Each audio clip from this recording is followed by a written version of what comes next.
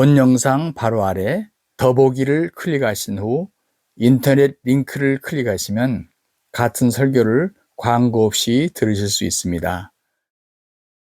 주신 말씀은 요한복음 12장 20절부터 26절까지 제가 봉독하겠습니다.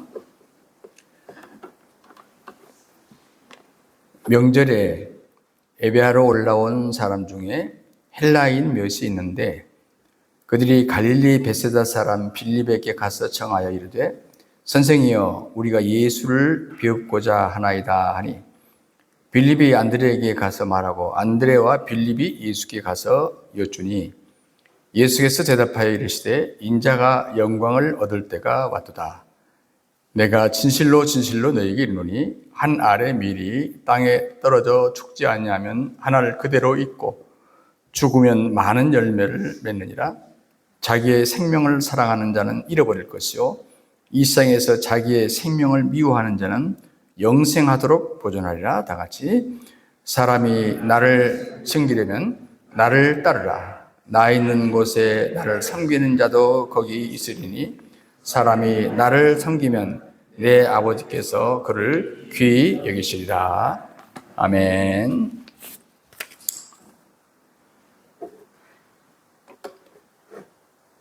예수님 당시에 예수님은 유명 인사에 속했습니다. 그런 거로 사람들이 예수님을 만나고 싶어 했겠죠. 예수를 만나고 싶어 하는 분들이 단순히 유대인만이 아닙니다. 오늘 본문에도 그 근거가 나옵니다만 헬라 사람들도 예수님을 만나고 싶어 했던 것 같습니다. 그래서 제자들에게 청탁하죠. 빌립 안드레에게. 이때 보통 아마 예수님이 여유가 있으셨다면 들여보내라, 만나겠다 이렇게 하든지 아니면은 여유가 없으시면 돌려보내라 이렇게 답이 나와야 되는데 오늘 이 본문에 여러분이 보시는 대로 갑자기 인자의 영광을 얻을 때가 왔도다 이렇게 답을 전합니다. 그러니까 여러분이 요한복음 2장에서 가나의 혼인잔치에서 여러분이 예수의 어머니 마리아가 그 가정에 포도주가 떨어진 것을 보고할 적에 예수님께서 뭐라고 그랬습니까? 내 때가 아직 이르지 아니했습니다라고 답을 합니다. 그런데 오늘 이 본문에서는 인자의 영광을 얻을 때가 됐다 이렇게 얘기를 하고 있습니다. 우리가 이 본문을 좀 해석하자면 그런 얘기예요. 좀 해석이 필요한 부분 같은데 갑자기 밀알이 땅에 떨어져 죽지 않냐면 그리고 자기 생명을 사랑하는 자는 잃어버릴 것이요. 지금 이런 얘기 동문서답 같은 말씀을 하잖아요. 그러니까 지금 저 헬라에서부터 호기심을 갖고 나를 만나려고 일부러 왔는지 아니면 오늘 본문의 힌트에 가면 명절새로 왔다 이렇게 나오니까 어쨌든 겸사겸사 했겠죠. 명절도 셀 겸 이번에 가서 꼭 예수님을 한번 만나보자 이런 사람들이었겠죠. 그래서 지금 예수님은 그 내심 무슨 뜻을 포함해서 말씀을 드리고 있냐면 당신들이 지금 호기심을 갖고 나를 만나러 왔는데 어차피 겉모습밖에 볼 수 없을 거고 나를 만나봐야 그냥 저 한낱 가난한 목수의 아들로밖에 못 볼 거요. 그렇지만은 앞으로 내가 십자가에 못 박혀 죽었다가 소위 부활의 영광스러운 모습을 보이게 될 텐데 그때 가야 내 모습을 제대로 아는 거요 라고 하면서 아직 인자의 영광을 얻을 때가 왔다 하는 얘기는 바로 최고의 영광은 십자가와 부활 사건이겠죠. 이렇게 답을 했다고 봅니다. 우리가 흔히 쓰는 말 가운데 역설, 패러독스라는 말을 쓰잖아요.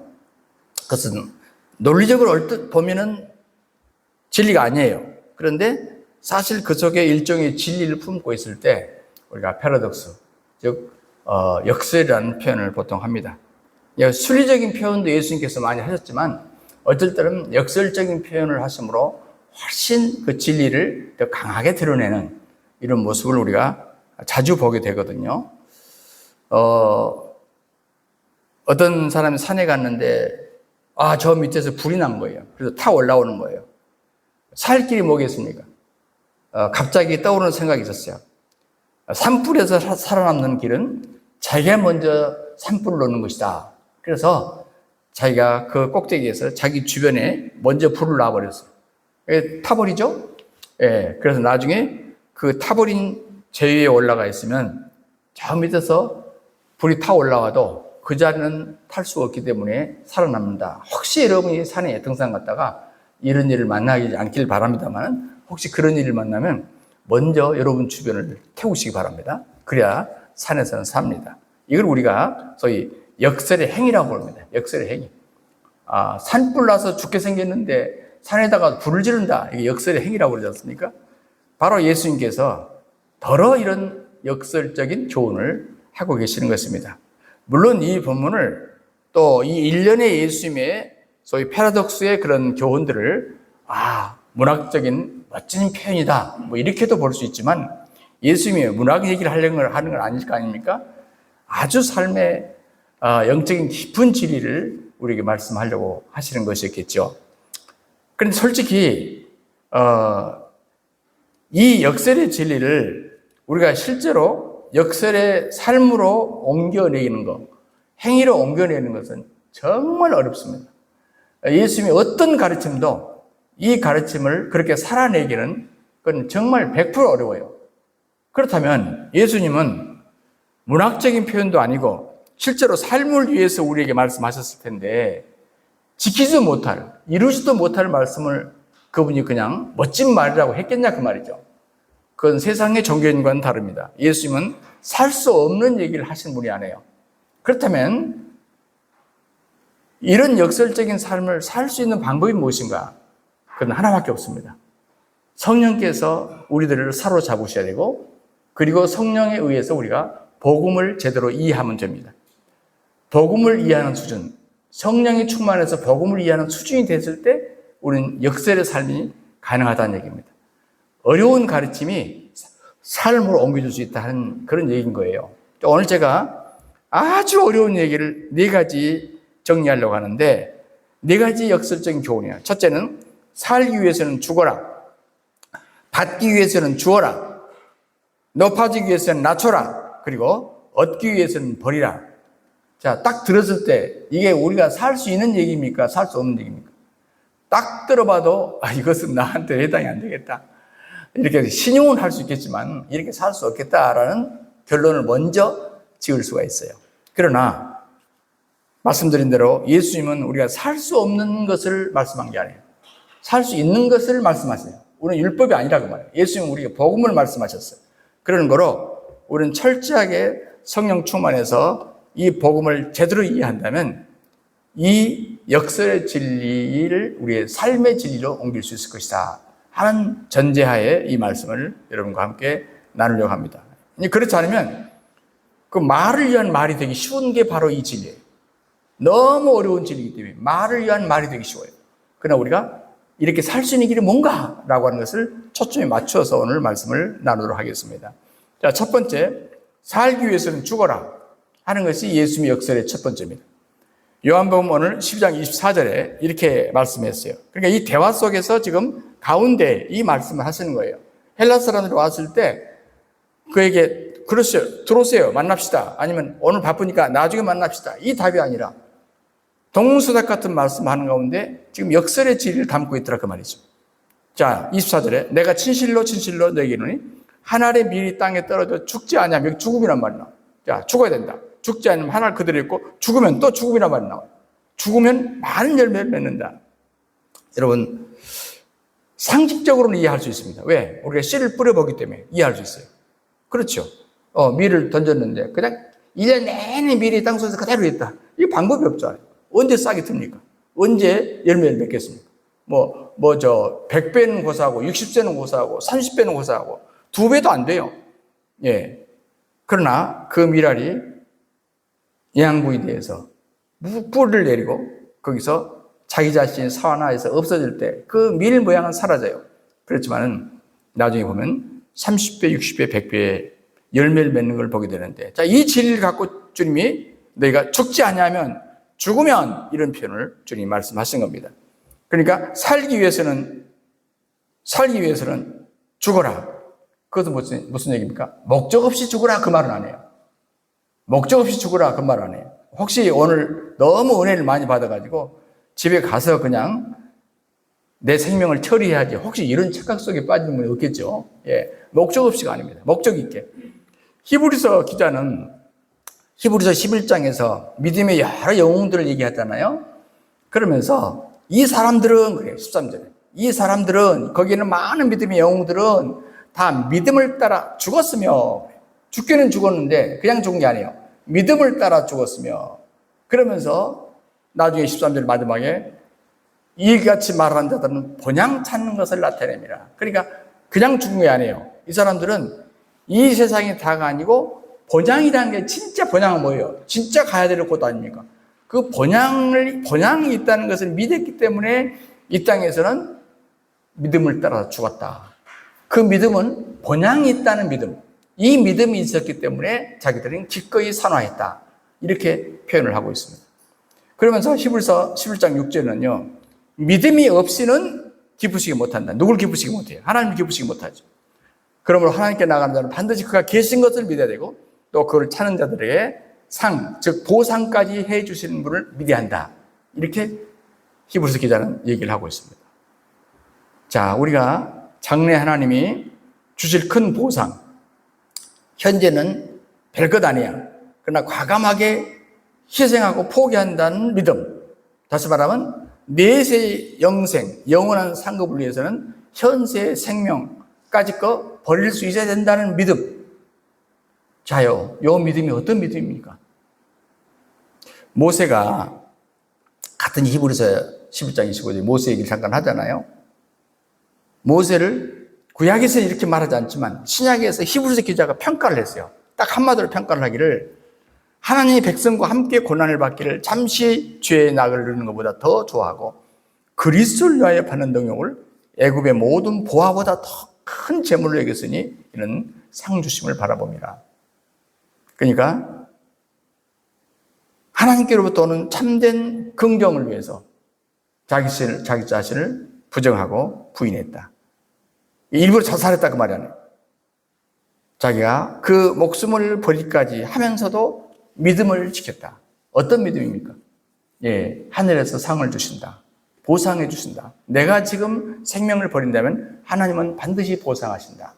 이 믿음을 가지고 자기 목숨을 던졌다, 그 말입니다. 우리 예수님이 먼저, 누구보다도 먼저 하나님의 미랄이 되셔서 죽어주심으로 세상 많은 사람들이 영생을 얻었고 구원받게 된 것 같이 희생하려는 사람들이 있어야 많은 사람을 살리고 복되게 할 수 있는 것입니다. 그래서 예수님께서는 바로 이 십자가에 죽으시고 고난을 받고 그리고 부활할 것을, 소위 이것을 영광을 얻을 때라고 표현했어요. 영광을 얻을 때. 부활 이전에 바라보면요, 먼저 십자가밖에 보이지 않잖아요. 그런데 그것이 어떻게 영광으로 보이겠습니까? 누구 눈에 그것이 영광으로 보이겠습니까? 제자들마저도 그걸 믿지 못했기 때문에 도망간 거 아닙니까? 그런데 예수님은 아니다. 내가 희생하는 그 모습 자체부터 시작을 해서 통째로 볼 때 영광의 때다. 이렇게 표현을 하셨어요. 여러분, 저도 조금 목회도 해봤는데 교회도 그런 것 같습니다. 목사님들이 자기가 이 교회에서 내가 희생해야지, 내가 좀 희생해서 이 교회를 살려야지 하는 교회는 살아요. 그런데 목사님 자신이 아니야, 나는 희생보다는 대접받을 거야, 만약 헌신을 뒤로 해버리면 그럼 교회는 망가집니다. 저는 수많은 교회가 그 목사님의 그 후반기 때 망가지는 모습을 많이 봤습니다. 뭔가 가만히 보니까 이분이 전반기 때는 안 그러셨거든. 그런데 어느 후반기 때, 저는 어느 아침 이런 눈을 뜰 때부터 어떤 제자로부터 제가 상담을 받았습니다. 예, 그래서 내가 그렇게 말했습니다. 그래도 끝까지 담임 목사님을 지켜라. 그리고 받들어라. 최선을 다해라. 왜냐하면 그 담임 목사님 훌륭해서가 아니라 네 사명 때문이다. 예. 그래서 만약 담임 목사님이 교인들이 생각할 때 내 목자가 아니네? 그렇다면 부교육자는 너를 바라보고라도 위로를 받고, 그리고 너를 바라보고라도 그래도 내 마음을 둘 목자가 여기 있네? 라는 생각이 들 때까지 지켜야 한다. 그런 말씀을 상담을 한 적이 있습니다. 내가 살면 교회가 죽고 내가 죽으면 교회가 살더라, 그 말이죠. 스코틀랜드에 우리가 잘 알고 있는 의료 선교사 출신인 데이비드 리빙스턴이 한때 선교하시다가 본국에 잠깐 들릴 때가 있었을 때 사람들이 정말 희생의 대명사라고, 정말 대단한 분이라고, 그때 그가 답한 얘기가 기록에 남습니다. 하나님께 갚을 수 없는 빚을 진 사람이 복음을 전하기 위해서 수고했다고 해서 무슨 희생이겠는가? 그것은 나의 특권이다. 그리고 장차 받을 영원한 영광에 비하면 이건 아무것도 아니야. 사실 그 아프리카 산중에서 맹수에게 팔 하나 뜯겨서 팔도 하나 없어져 버렸어요. 여러분, 그런데도 그는 말하기를 하나님의 영광의 보좌를 버리고 이 세상에 찾아오신 주님의 그 희생에 비하면 결코 나의 사역은 희생이라고 할 수 없다. 이건 특권이다. 여러분 잘 아신 대로 마태복음 16장에 그렇게 말하죠. 누구든지 제 목숨을 구원코자 하면 잃을 것이요. 자, 목숨. 잃을 것이요. 그 누구든지 나를 위해 목숨을 잃으면 찾을 것이다. 예. 죽는다는 말을 잃은다는 말로 대체했습니다. 그 뜻이죠. 사람들은 이 세상에서 번영을 받을 때 하나님으로부터 한정된 시간을 받고 또 어떤 남다른 재능들도 갖고 옵니다. 그런데 그 시간도 재능도 사실 내 것이 아니에요. 주님께서 자기를 위해서 멋지게 써주기를 바라서 우리에게 특별하게 시간도 주고 재능도 줘요. 그런데 사람들은 그런 생각을 갖지 않는 것 같아요. 그 시간과 여러 재능들을 하나님 위해서 열심히 사용한다면 실 엄청난 결과를 얻게 될 거예요. 그러나 그 결과는 꼭 죽음만이 아닙니다. 어둠도 있어요. 지난 예수님 이후 2000년여간의 기독교 역사는 이처럼 예수님을 따라서 자기 목숨을 드리는 사람들 때문에 지금까지 교회가 세워졌고 우리까지 지금 믿음을 지키고 있습니다. 우리는 엄청난 축복을 받았어요. 바로 예수 그리스도 자신의 죽음, 곧 목숨을 잃은 무수한 인류를 살리려고 하는 대속의 죽음이었다는 것을 먼저 보이시고, 그 다음에 그 바톤을 이어받은 수많은 우리 믿음의 선진들이 자기 목숨을 버렸어요. 여러분, 그것이 아니더라도 우리 주변에 어떤 의사 선생님들이나 과학자들이나 발명가들이나 이분들이 정말 목숨을 걸고 뭔가 노력을 가했고, 그리고 뭔가 희생했기 때문에 오늘 우리가 혜택 입는 것이 얼마나 많습니까? 우리 어머니들이 그 목숨을 건 해산의 위험을 거절하지 않았기 때문에 오늘 우리가 이 땅에 사는 것이 아닙니까? 우리가 받은 목숨은 결코 보존하기 위해서가 아니에요. 어차피 죽어요. 보존하기 위해서가 아니에요. 어차피 죽기 때문에. 우리가 지키려고 몸부림친다고 해서 우리의 목숨이 보존되는 게 아니라 그 말이죠. 그럼 어차피 없어질 목숨이라면 가치 있는 죽음이 돼야 되는데 주님이 그걸 우리에게 말하는 거예요. 내가 죽지 않냐면. 그렇습니다. 예수님은 죽고자 하는 자는 산다는 역설적인 교훈을 우리에게 남기시면서 살기 위해서 죽어라 말씀하는 것이죠. 이것은 주의 영이 함께 하시면, 주의 복음을 우리가 제대로 깨닫는다면 이 일이 나도 할 수 있구나 라는 자신감으로 다가오게 되는 것입니다. 두 번째, 받기 위해서는 주어라고 말씀합니다. 25절에 보면 자기 생명을 사랑하는 자는 잃어버릴 것이고 이 세상에서 자기의 생명을 미워하는 자는 영생하도록 보존할 것이다. 이거 정말 역설적인 얘기입니다. 누가복음 6장 38절은 조금 더 구체적으로 우리에게 얘기를 해요.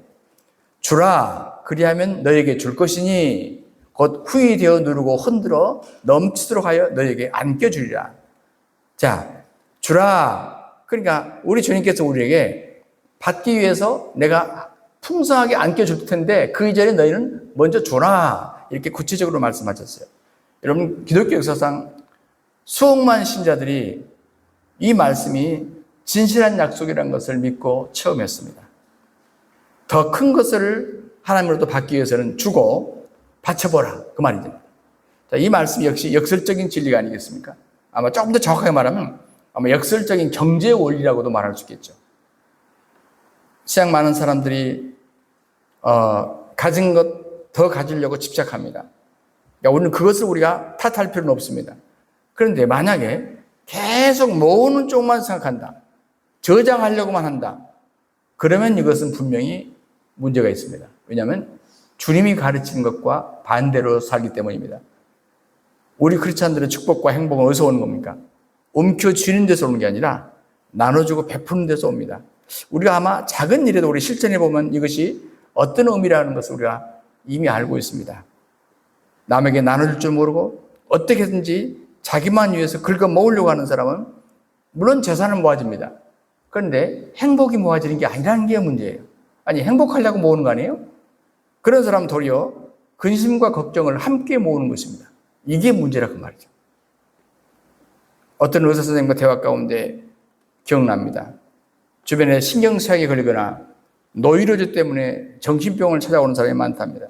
그런데 공통적인 것이 뭐냐면 이분들이 가난한 사람이 아니래요. 돈을 많이 쌓아준 사람이래요.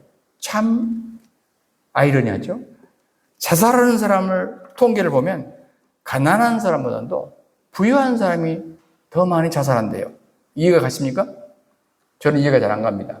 설명을 들으니까 조금 이해할 것 같아요. 왜냐하면 아무리 많은 재산을 소유를 해도 그 다음 단계가 필요하거든요. 자, 소유했어요. 그 다음 단계 뭐예요? 그 다음 단계 이게 쓸 줄 모르면 이제는 허무함의 단계에서 머물러 버린대요. 그럼 어떻게 합니까? 그 허무함에서 벗어날 길이 없습니다. 그러나 나눠주는 기쁨, 행복을 같이 터득했더라면 절대 자살할 일이 없다고 말이죠. 왜냐하면 모을수록 그 다음에 뭐예요? 행복을 더 느낄 수 있는 길이 열리기 때문에 그렇습니다. 그러나 비록 저축한 것이 없을지라도 우리가 하나님께 드리고 이웃에게 나누는 습성이 들어있으면 물론 성경에서 그에게 궁핍함을 없애주겠다는 축복의 약속도 있지만 설령 그렇지 않다 할지라도 이미 그는 나누는 행복을 벌써 느끼게 되는 겁니다. 나누는 행복 속에. 여러분, 그럼에도 불구하고 솔직히 우리 많은 크리스천들이 하나님께 기도하는 그 기도의 내용을 보세요. 주십시오 하는 내용이 얼마나 많아요. 그렇지만 어떻게 쓸까요? 라는 기도 제목 들어보셨어요? 그런 기도를 막 하는 걸 들어보셨어요? 어떻게 사용할 지혜를 주세요. 이런 있는 거라도 사용할 지혜를 주세요. 이런 기도 들어보셨어요? 기도 제목들을 보면 우리가 짐작할 수 있습니다. 여러분이 많이 들으셨겠지만 저 팔레스타인의 사해, 죽음의 바다란 말 아닙니까? 왜? 계속 받아들이지만 하지. 네 번을 줄 모르니까 점점 짜져서 이제는 아예 염해라고 불러요. 소금바다라고. 동식물이 살 수가 없죠. 그러나 그 위에 갈릴리 바다는 푸른 나무와 물고기들이 삽니다. 왜요? 상류에서 받은 물을 계속해서 하루를 내보내기 때문에 그런 것입니다. 우리 성도가 얻은 이 모든 것들을 움켜쥐기만 하고 제대로 쓸 줄 모른다면 그 성도는 마침내 사회와 같이 죽음의 신앙이 된다 하는 자연적 교훈을 우리가 얻을 수 있는 것입니다. 계속해서 나눠주는 신앙, 기쁨도 더 많아질 것이고 하나님과 사람에게 사랑과 존경도 더 받게 될 것이고 그리고 하나님은 그런 사람들에게 이 사람에게는 더 많이 맡겨도 잘 감당하겠네 라고 하는 하나님 앞에 인정을 받아서 더 베풀어 주신다는 것이 성경의 사상인 것입니다. 그럼 우리가 받는 훈련도 해야 되겠지만은 얻는 훈련도 해야 되겠지만은 주는 훈련도 그만큼이라도 적어도 그만큼이라도 해야 된다 그 말입니다. 우리에게 정말 복음이 임하고 성령이 우리에게 임하실 때 내 속에서 자꾸 나눠주는 생각이 깃들게 돼요. 자, 여러분 초대교회 교인들을 보십시오. 그들에게 성령이 임하고 복음이 제대로 임하니까 자꾸 나누고 싶은 마음이 생겼대요. 예, 여러분 바른 복음이 아니면 이건 불가능한 일입니다. 인간의 결심으로는 안 되는 일이라니까요. 인간은 그렇게 훌륭하지 않습니다. 그러나 복음이 우리를 사로잡고 우리에게 성령이 감화 감동을 하면, 여러분 어떻게 가진 재산을 팔아서 나눴겠어요? 초대교회 분명히 기록이 나와요. 그랬더니 결국에는 그 사랑이 온 교회에 넘치게 됐어요. 그래서 사람들이, 불신자들이 볼 때 저 집단은 희한한 집단이다라고 부러워하고, 나도 저 집단에 한번 들어가고 싶다 하는 생각을 갖게 되니까 초대교회가 날마다 숫자가 더해갔대요. 부흥했대요. 예, 그 근거가 여기에 나옵니다. 우리가 성령 받은 사람이라면, 복음을 제대로 이해한 사람이라면, 은혜를 제대로 받은 사람이라면, 성경은 주는 것이 받는 것보다 복이 있다는 사도행전 20장의 말씀을 우리가 이해하고 체험하게 되는 것입니다. 잠언엔 그런 얘기를 해요. 11장 24절에 흩어 구제하여도, 자, 흩어서 남을 줍니다. 더 부하게 되는 이 땅. 그러나 과도히 아껴도 가난하게 될 뿐이다. 이렇게 얘기를 합니다. 고린도후서 9장 6절은 이것이 적게 심는 자는 적게 거두고 많이 심는 자는 많이 거둔다는 말이다. 이렇게 합니다. 얘기를 합니다. 자, 여러분, 하나님의 셈법 착오가 없습니다. 하나님의 계산법 착오가 없어요. 누가복음 18장 29절에 하나님의 나라를 위하여 집이나 아내나 형제나 부모나 자녀를 버린 자는 금세에 있어 여러 배로 받고, 자, 금세에도 받는 게 있어요. 내세에는 영생을 받지 못할 사람이 없다. 자, 금세도 그렇고 내세는 확실하고 금세도 어떤 사람은 받는다, 그 말 아닙니까? 그러니까 우리가 펌프에 물이 안 나와요. 옛날 시골 펌프에 물이 안 나오면 이웃에 가서 물을 한 바가지 떠다가 부어요. 이걸 우리는 마중물이라고 그러죠. 예. 진짜 물을 마중합니다. 자, 마중물 받기 위해서는 주어라. 이 역설적인 진리인 것이죠. 우리가 밖에서 주는 것은 하나님의 더 큰 은혜와 축복을 받기 위한 마중물이다라고도 해석할 수 있습니다. 세 번째, 높기 위해서는 낮춰라 하는 것입니다. 26절에 사람이 나를 섬기려면 나를 따르라. 나 있는 곳에 나를 섬기는 자도 거기 있으리니 사람이 나를 섬기면 내 아버지께서 그를 귀히 여기시리라. 자, 우리가 남에게 어떤 사람 존경을 받는다. 이건 죄가 아니에요. 그 자체가 나쁠 것이 없습니다. 그러나 성경은 말하기를 그보다도 진정으로 높아지기를 원하는 비결이 뭐냐? 낮아지는 것이래요. 자, 이게 역설 아닙니까? 쉽지 않습니다. 자, 마가복음 10장에는 이걸 이렇게 설명해요. 너희 중에 누구든지 크고자 하는 자는 크고자 하는 자는 섬기는 자가 되어야 되고, 너희 누구든지 으뜸이 되고자 하는 자는, 높아지기 원하는 자는 모든 사람의 종이 되어야 하리라. 낮아져야 되리라, 그 말이죠. 한마디로 자기를 낮출 때 하나님은 그를 높여주신다는 뜻입니다. 으뜸이 되는 길은 섬기는 종이 되는 길이다. 이렇게 주님은 말씀하셨습니다.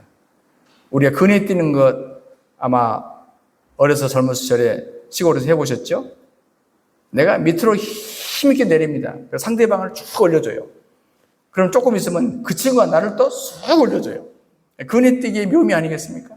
참 이 속에는 삶의 중요한 성경적 교훈이 들어있다는 상상이 되었습니다. 그 말씀을 하시면서, 마가복음 말씀하시면서 예수님이 세상에 오신 목적을 그렇게 설명해요. 인자에 온 것은, 즉 예수님 자신이 온 것은 섬김을 받으려고 하는 것이 아니라 도리어 섬기려 하고 자기 목숨을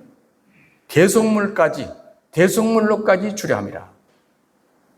이건 세상 끝판왕입니다. 이건 자기를 줘버렸는데 더 이상 무슨 할 말이 있겠어요? 그럼 예수님이 말로만 그렇게 하셨습니까? 실제로 그렇게 하셨어요. 오늘 본문의 표현에 하면 하나님의 밀이 땅에 떨어져 죽지 않냐면, 보십시오. 밀이 땅에 습한 곳에, 냄새난 땅에, 그 속에 밑으로 떨어집니다. 더 낮춥니다.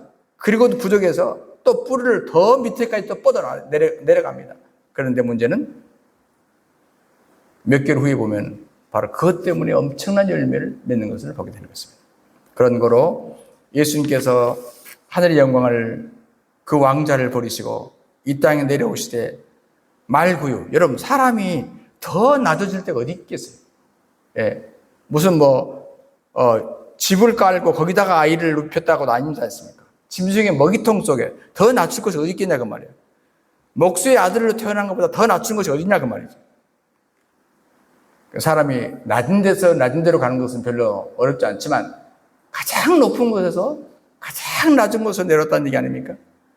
덕분에 우리 죄인들이 구원받고 우리가 천국 백성이 되었습니다. 예수님은 하나님과 동등된 분이라고 성경은 기록합니다. 하나님이라 그런 뜻이에요. 그런데 자기를 낮추시고 말구유까지 내려오실 분, 바로 그렇기 때문에 최고로 하나님께서 그를 높이셨답니다. 높아지기 위해서는 낮춰라. 예수님이 자기 지하들의 발을 씻겨주시잖아요. 그리고 요한복음 13장에 보면 내가 주와 선생된 자로서 너희 발을 씻기는 거 보고 있지? 너희도 이제는 서로 발을 씻겨라. 이게 옳으니라. 내가 너희에게 행한 것처럼 너희들도 해라. 그리고 요한복음 13장 17절에 너희가 이것을 알고 행하면 복이 있다. 아는 것도 복이지만 만약 너희가 그렇게 할 수 있다면 복이 있다. 우리가 수양에 가서 한두 번 우리 지하들의 발을 씻을 수도 있어요. 내과에 가서 발을 씻어주고 대야를 갖다 놓고 발을 씻을 수 있어요. 여러분 이걸 말하겠습니까? 이것도 감동적이에요. 이 퍼포먼스도 우리에게 교훈을 줘요. 그러나 여기서 말하는 건 그런 수준을 말하는 게 아닙니다. 주님께서 실제로 그렇게 하셨지만 우리한테 실제로 대야를 떠놓고 발을 씻어라 그 말을 하는 게 아니란 말입니다. 그만큼 선생된 자가 제자한테 어떻게 하는가 이 원리를 배우라는 뜻 아니겠습니까? 너희는 서로 높아지려고는 하지 말고 낮춰라. 오죽했으면 그랬겠어요. 지하들을 가만히 보니까 막 서로 높아지려고 난리예요. 그래서 예수님께서 오죽했으면 이 방법을 선택했겠냐 그 말이에요. 그것도 최후 마지막 식사를 만찬을 하시면서 야고보 요한의 어머니, 물론 예수님의 육신적으로는 친척이죠. 당신 높이 등극하면 좌우에 우리 아들들을 놔달라고 마가복음 10장에 청탁하는 장면이 나와요. 물론 소위 집권자들은 그렇게 합니다. 예수님께서 설명을 했어요. 나는 세상의 집권자가 아닙니다.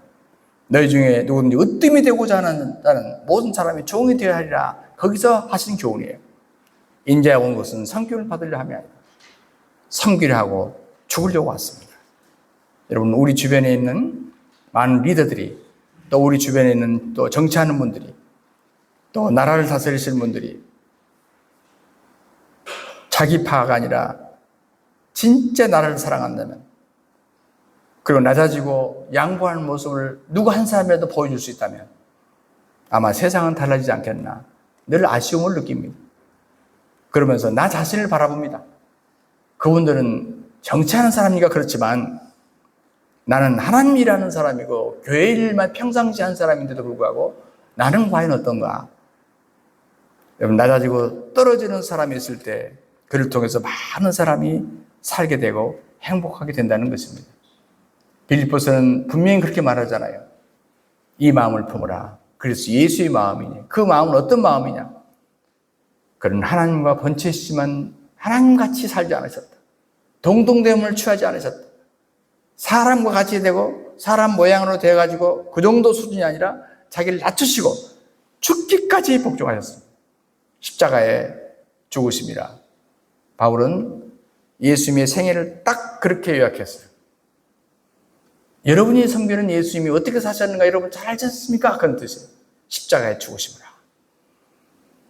로마서 12장 16절은 그래서 하는 말이 서로 마음을 같이하여 높은 데 마음을 두지 말고 도리어 낮은 데에 처하고 스스로 지혜 있는 체 하지 말라. 여러분 세상 사람들은 지혜 있는 것이 뭐냐면 높은 자리를 차지하는 거예요. 지금보다 더 대접을 받는 것이 세상 사람들의 지혜예요. 그러나 그것은 참 지혜가 아니다. 높아질 수 있지만 스스로 낮아지는 것. 내가 권리를 잡을 수 있지만 스스로 그 권리를 포기하는 것. 나의 힘과 결단으로 가능하다는 생각을 갖지는 않습니다. 그러나 진짜 말씀드리지만 우리 안에 복음이 들어오고 성령이 우리를 다스릴 수만 있다면 바로 높아지기 위해서 낮아질 수 있는 수준으로 우리가 갈 수 있다. 그 말이에요. 마지막 하나 더. 얻기 위해서는 버리라. 다시 한번 25절 읽습니다. 자기 생명을 사랑하는 자는 잃어버릴 것이고 이 세상에서 자기의 생명을 미워하는 자는 영생하도록 보존할 것이다. 비단 목숨만이 아니죠. 밀질이든 명예든 세상 어떤 것인지 집착을 버려야 된다. 포기할 줄 알아야 된다. 툴툴 털어버릴 줄 알아야 된다. 그때 진짜 하나님이 나에게 주고 싶은 것을 주실 것이다. 이 얘기예요. 얻기 위해서는 용감하게 벌을 줄 알아야 된다. 참으로 얻는 길은 복음을 받고 성령과 믿음으로 내 자아를 포기할 때 이 일이 가능하다는 얘기입니다. 그래서 마가복음 10장은 29절에 그렇게 얘기해요. 예수께서 가라사대 내가 진실로 진실로 너에게 이르노니 나와 복음을 위하여 나와 복음을 위하여 집, 형제, 자매, 어미, 아비, 자식 아주 구체적입니다. 전토까지 버리는 자는 금세에서 집과 형제와 자매와 모친과 자식과 전토를 100배나 받되 한 번 버린다고 말했는데 받되 핍박과 겸하여 받고 또 내세에서 영생을 받지 못할 자가 없다. 계속 받고 한 번 버리는 자는 계속 받고 예수와 예수의 복음 때문에 잃어버려야 될 불행, 아픔, 슬픔이 분명히 있습니다. 그렇지만 그러나 하나님이 보상하신다. 이런 아픔은 초대교회 이후로 수없이 교회에 있어 왔습니다. 이런 아픔이 있었어요. 우리 한국교회도 초기에 이런 아픔, 재산을 잃고 가족을 잃는 아픔, 쫓겨난 아픔 많이 당했었습니다. 인간적으로 생각할 때는 참 슬픈 일이잖아요. 아픈 일이죠. 우리 신학생들 중에도 이렇게 만나서 얘기를 하다 보니까 남편도 모르게 신학교에 다니는 분도 있더라고요. 그래서 내가 자꾸 물어봐요. 괜찮냐고. 여러분, 말씀을 공부하고 싶은데 남편도 이해를 못하니까 얼마나 힘들겠어요. 그래서 어떻게 결석을 안 하는지 신기하기만 하더라고요. 여러분, 난리가 난다는 것이죠. 집안에 알면 난리가 난다는 것이죠. 참 안쓰러운 일이 우리 주변에는 지금도 있어요. 그런데 성경은 우리 약속하기를 이 세상에서 그 모든 것을 오히려 100배나 받는다. 이 세상에 있어요. 그리고 네에서는 더 말할 것도 없다. 그러니까 소위 혈통적인 가족이 내게서 끊어져 버리면 영적으로 맺어진 가족이 또 생긴다는 말 아닙니까? 그래서 예수님께서도 그랬어요. 누가 내 모친이고 내 동생이냐? 나의 모친과 내 동생들을 봐라. 누구냐? 하늘에 계신 내 아버지 뜻대로 하는 자가 내 형제고 자매고 모친이라고 말씀하셨는데 실제로 보세요. 자, 아마 바울이 본격적으로 복음 사역을 하면서 가족이고 뭐고 다 끊어진 것 같아요. 그러니까 혈통이 다 끊어졌다 그 말이에요. 그런데 하나님께서 영통으로 대신 이어져요. 로마서 16장 마지막 인사잖아요. 거기 이런 말도 있어요. 루포의 어머니가 자기의 어머니라고 그랬어요. 세상은 어머니가 끊기지만은 루포의 어머니가 자기 어머니라고. 빌레몬스 1장에 보면은요, 오네시모가, 감옥에서 만난 오네시모가 갇힌 중에서 낳은 내 아들이라 그랬어. 내 아들. 자랐은 대로 디모데의 뒤도는 말할 것도 없죠. 상한 아들을 디모데 참 아들이라고 표현하잖아요. 여러분, 혈통이 안 되면 영통의 가족이라도 주님이 세워주신다고 말, 이 땅에서. 그렇지 않습니까? 저도 참 어려서 저는 핍박을 받아서가 아니라 애초부터 저는 주변에 사람이 좀 없어서 항상 외로움 생활을 했는데 제 평생에 제가 목회를 하다 보니까 교회 안에 권사님이 누나가 되고 장로님들의 형님이 되고 얼마나 그래서 든든한지 내가 이 가족관계 때문에도 목사가 꼭 되어야 될 사람이에요. 그렇지 않으면 정말 외로워서 이 세상을 하지겠을 것 같아요. 얼마나. 요즘에 우리 교회 내에서도 우리 믿음의 딸들이 얼마나 진짜 낳은 딸은 멀리 바다 건너 도망가 버리는데 그래도 옆에서 그렇게 이 영통의 가족 아닙니까? 맞죠? 여러분의 실감이 안 나나 봐요. 사도 바울은 다 잃어버리는 것 같아요. 그러니 그렇지 않았어요. 여러분 스테반이요 예수님 때문에 죽어갑니다. 근데 성경에는 가만 기록을 내가 몇 번을 봤어요. 예수님 때문에 돌을 맞아 죽어가면서도 제일 스테반이 생애에서 가장 행복한 순간이에요. 얼굴이 과거에는 아무리 화장을 해도 그렇게 천사같이 밝지는 않았거든요. 기쁨이 충만해가지고. 여러분, 우리 죽을 때 그렇게 죽었으면 참 좋겠죠? 예, 참 부러웠어요. 태국에 가보니까요.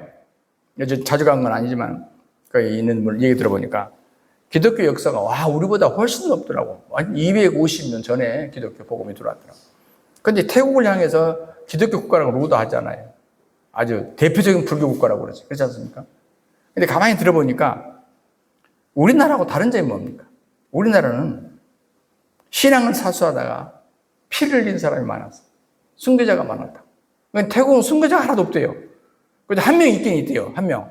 예, 비석이 세워졌대요. 어떻게 순교했냐고 그랬더니 교회 가다가 교통사고 나서 예, 죽었대요. 그래서 거기는 순교자가 하도 없다 보니까 그 사람 순교자로 생각한다 하더라고요.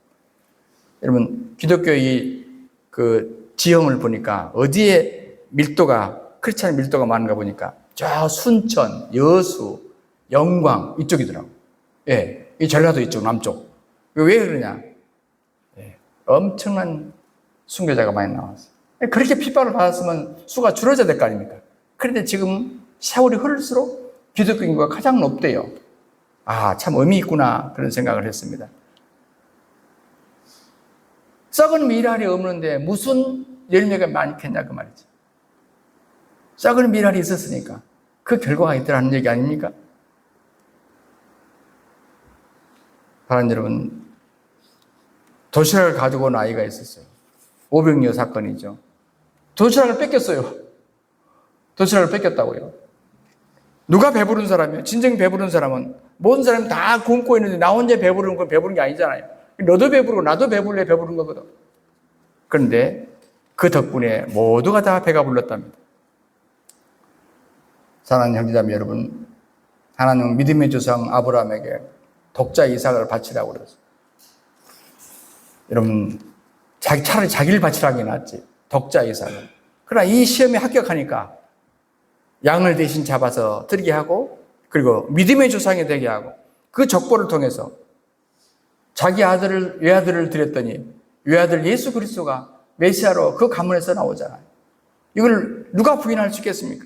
성경에 누누이 기록하고 있는데 모세가 에집트의 대왕도 될 수 있고 모든 부하도 손에 넣을 수 있었잖아요. 그런데 자기 민족을 위해서 고난의 길을 선택했다고 나오지 않습니까? 후에 지도자로 나서기 전에 그 마지막 갖고 있는 지팡이까지 다 내놓으라. 지팡이까지 내놓으라. 그랬더니 하나님께서 그를 한 민족의 지도자로 세우시고 그 지팡이로 홍해를 가르는 역사를, 기적을 가르는 역사를 행하셨어요.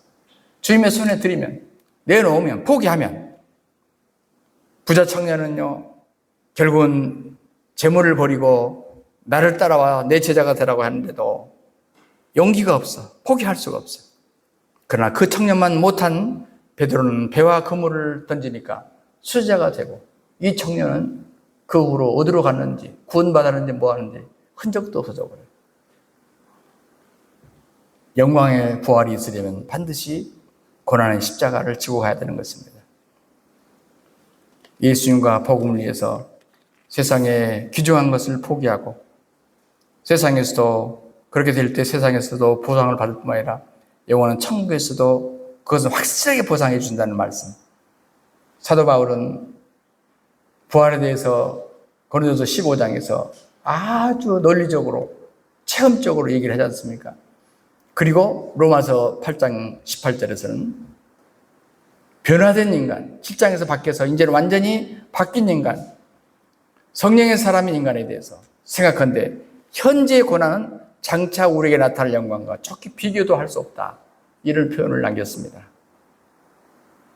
그러면서 우리의 잠시 받는 환난에 경한 것이 지극히 크고 영원한 영광에 중한 것을 우리에게 이루게 하심이니 우리의 돌아보는 것은 보이는 것이 아니다. 보이지 않는 것이니 보이는 것은 잠깐이지만 보이지 않는 것은 영원하다. 아주 논리적인 분이기 때문에 우리에게 논리적으로 설명을 합니다. 그러나 우리에게는 이게 귀에 잘 들어오지 않습니다. 우리는 현실이 그렇게 되면 너무 어려울 것 같으니까. 그러나 걱정하지 마십시오. 성령과 복음이 우리에게 임할 때 이렇게 불가능한 역설이 실제로 이루어지는 결과를 낳게 된다 그 말입니다. 안 될 것이 없다 그 말이에요. 주의 영이 역사하시면 그리고 우리가 복음의 세계에 깊이 들어가기만 하면 위대한 역설의 진리가 가능성의 진리로 우리에게 다가오게 될 것이다 하는 말씀을 우리에게 주고 있는 것입니다. 주 하나님, 우리 아버지여, 고맙고 감사합니다. 우리 주님이 우리에게 남기신 이 역설의 진리가 우리의 삶의 현장에서 바로 성취되고 체험되고 경험되는 역사가 있게 하여 주옵소서. 주 예수 그리스도 이름으로 간절히 기도하옵나이다. 아멘.